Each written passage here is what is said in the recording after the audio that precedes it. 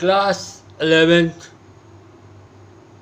Conservation of mechanical energy से related अब आपको हम एनसीईआरटी का एक और प्रॉब्लम बताने जा रहे हैं। आपके बुक में ये प्रॉब्लम है और इसको देखिए सिस्टमेटिक पॉइंट ऑफ व्यू से अगर देखते जाओगे तो ये प्रॉब्लम आसान हो जाएगा। यहाँ पर देखिए एक इस तरीके से सरफेस है और इंक्लाइन प्लेन है। Incline plane then horizontal plane. एक स्प्रिंग वॉल से अटैच्ड है और फिर एक स्प्रिंग है।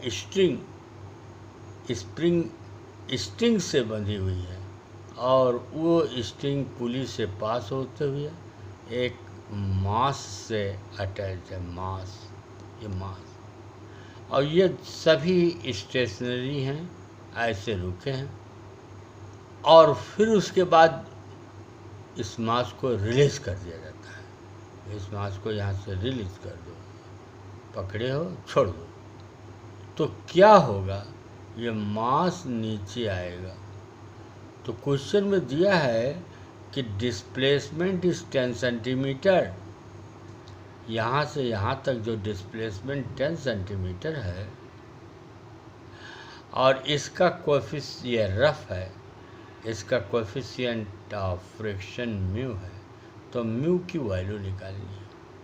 ये जब मास यहाँ से यहाँ तक 10 सेंटीमीटर, ये ए पोजीशन है, ये बी पोजीशन है, तो निकालना है आपको। इसका 1 kg मास है। ये स्प्रिंग का फोर्स कांस्टेंट 100 न्यूटन पर मीटर है। इसका displacement 10 centimetre. Now conservation of mechanical energy से रिलेटेड है, लेकिन इसमें क्या है याद करो। अगर याद नहीं करोगे तो सब दिमाग से निकल जाएगा। Work done by non conservative force is equal to change in तो energy, total change in energy. Work done by non conservative force क्या है? Frictional force equal to KF plus UF और माइनस क्या है? ये माइनस क्या है? KI plus UI। KF plus UF minus KI plus UI। तो यहाँ पर यह है कितना? Work done by frictional force mu mg का थीटा। म्यू आर होता है, म्यू n होता है और n है mg का थीटा इंक्लाइन प्लेन पर, और इंक्लाइन प्लेन है 37 डिग्री पर है। इसका कास और साइन हम लोग जानते हैं। और इनटू s, ये जो 10 सेंटीमीटर था वो s इक्वल टू KF। ये आकर के यहाँ नीचे रुक जाता है तो फाइनल काइनेटिक एनर्जी 0, लेकिन स्प्रिंग खिंच जाएगी तो उसमें कितना का potential energy? UF, KF plus UF। तो इसका जो है इसकी यहाँ से यहाँ तक ये स्प्रिंग है तो, और ये बॉडी है, बॉडी रुक गई है तो उसकी काइनेटिक एनर्जी 0 हो गई। और पोटेंशियल एनर्जी अब यहाँ पर किस में है? स्प्रिंग में है, तो हाफ kx² हो जाएगा। हाफ kx² स्प्रिंग में पोटेंशियल एनर्जी फाइनल। अब कहते हैं कि इसकी भी तो पोटेंशियल एनर्जी होगी, किस बॉडी की? कौन सी? ये तो उसको 0 मान लो, क्योंकि हमारा रेफरेंस लेवल यहीं पहुंच गया, यहीं तक तो आ गया है, तो उसी को रेफरेंस लेवल मान लो। तो पोटेंशियल एनर्जी इसकी हो जाएगी, ग्रेविटेशनल पोटेंशियल एनर्जी क्या हो जाएगी? 0। उसको नहीं कंसीडर करना, माइनस इनिशियल काइनेटिक एनर्जी, तो रुका हुआ था, तो initial kinetic 0, initial potential energy ये है mgx, ये mgh, और ये है s, तो s साइन थीटा, तो mgs sine theta, mgs sine theta. खूब ढंग से देख लीजिए तो आपको बिल्कुल कंसेप्ट क्लियर हो जाए।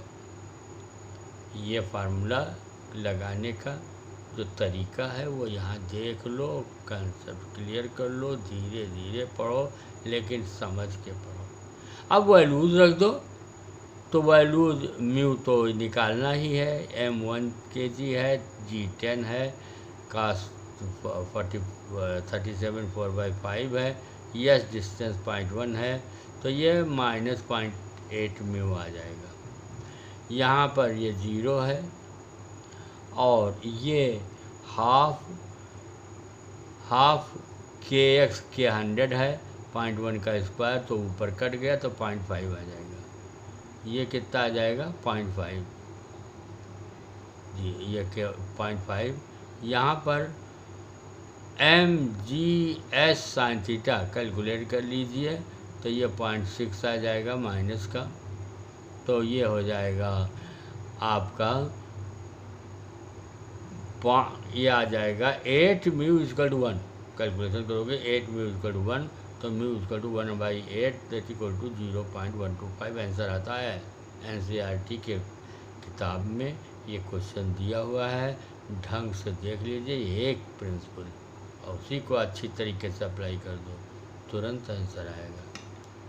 नेक्स्ट क्वेश्चन, अगला क्वेश्चन ये है आपका, यहाँ पर देखिए, और क्वेश्चन नंबर 4, ये देखिए फोर्थ क्वेश्चन। एक वर्टिकल वाल है, उससे एक स्प्रिंग से एक मास यहाँ पर अटैच नहीं है, मास रखा हुआ है, और इस मास को ऐसे प्रेस कर दिया गया है, x डिस्टेंस से प्रेस कर दिया गया, तो इसके अंदर हाफ के x स्क्वायर एनर्जी आ जाएगी, और जैसे रिलीज करोगे ये चल देगा मास, ये चल देगा मास यहाँ आ जाएगा। जब ये यहाँ आ जाता है तो ये इस समय यानी r सेंटर है, तो यहाँ पर ऐसे हॉरिजॉन्टल समझो, उस समय ये मास अपने वेट के बराबर रिएक्शनल फोर्स लगाता है सरफेस पर, तो कितना रिएक्शनल फोर्स होगा mg, तो इस पर कितना फोर्स नॉर्मल रिएक्शन होगा mg, तो ये mg सेंटीपीटल फोर्स हो जाएगा, तो mv²/r इक्वल टू mg, तो v² इक्वल टू rg, एक रिलेशन आपका आ गया वेलोसिटी। अब लगा दो कंजर्वेशन ऑफ एनर्जी, क्योंकि फ्रिक्शनल फोर्स है नहीं, तो kF + uf equal to ki + ui। अब final kinetic energy half mv², potential energy mgr equal to ki initial, तो ये 0 है, और kf uf ये kF + uf equal to ki + ui, ये जो है ki + ui होना चाहिए, ki + ये ui होना चाहिए, ये दिस इज ui। तो ui की वैल्यू कितनी होगी, हाफ के x स्क्वायर, ui की वैल्यू कितनी होगी हाफ के x स्क्वायर, ये हाफ के x स्क्वायर। अब इसको सॉल्व कर लीजिए, तो आपका यहाँ पर आ जाएगा 3/2 gr इक्वल टू हाफ के x स्क्वायर। न्यूमेरिकल वैल्यूज अगर दी रहेंगी तो आप इसे सॉल्व कर लीजिए।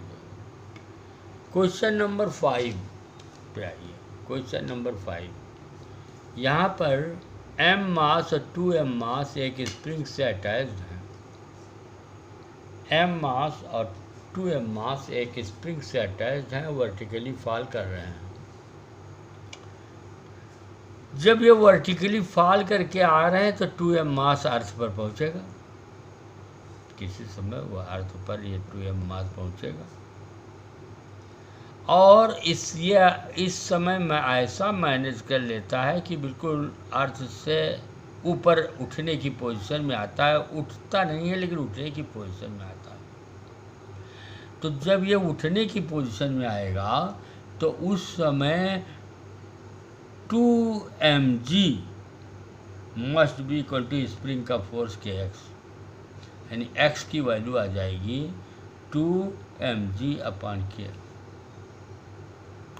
अब ये m मास, जैसे 2m मास h हाइट गिरता है फ्रीली, तो m मास भी तो h हाइट गिरेगा फ्रीली, लेकिन स्प्रिंग में कोई कंप्रेशन नहीं होगा।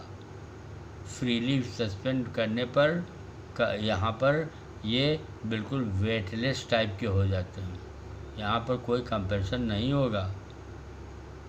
तो इसकी वेलोसिटी √2gh होगी, h हाइट गिरने पर 2gh वेलोसिटी होगी। और अब लगा दीजिए formula, kf plus uf equal to ki plus ui। Kinetic energy final, kinetic energy final जो है वो इसकी 0 हो जाती है। और पोटेंशियल एनर्जी का ये ऊपर जा कर के रुक गया था, तभी तो kinetic energy final 0। Potential energy अगर ये स्प्रिंग x डिस्टेंस से दबती है फिर ऊपर जाती है तो x डिस्टेंस तक जाता है तो ½ ये जब इसके अंदर काइनेटिक एनर्जी आ जाती है, ये अर्थ पर आ जाता है तो इसको प्रेस करेगी x से और फिर ऊपर जाएगी कितना x, तो इसके अंदर हो जाएगा ½ और ये इसकी final potential energy mgx, x ऊपर गया तो mgx equal to initial kinetic energy ½ भी हम लोग निकाल ही चुके हैं √2g plus initial potential energy, अभी कोई स्ट्रेस नहीं था तो 0, स्ट्रेस नहीं था तो 0, और इससे हम लोग न्यूमेरिकल लगा लेंगे।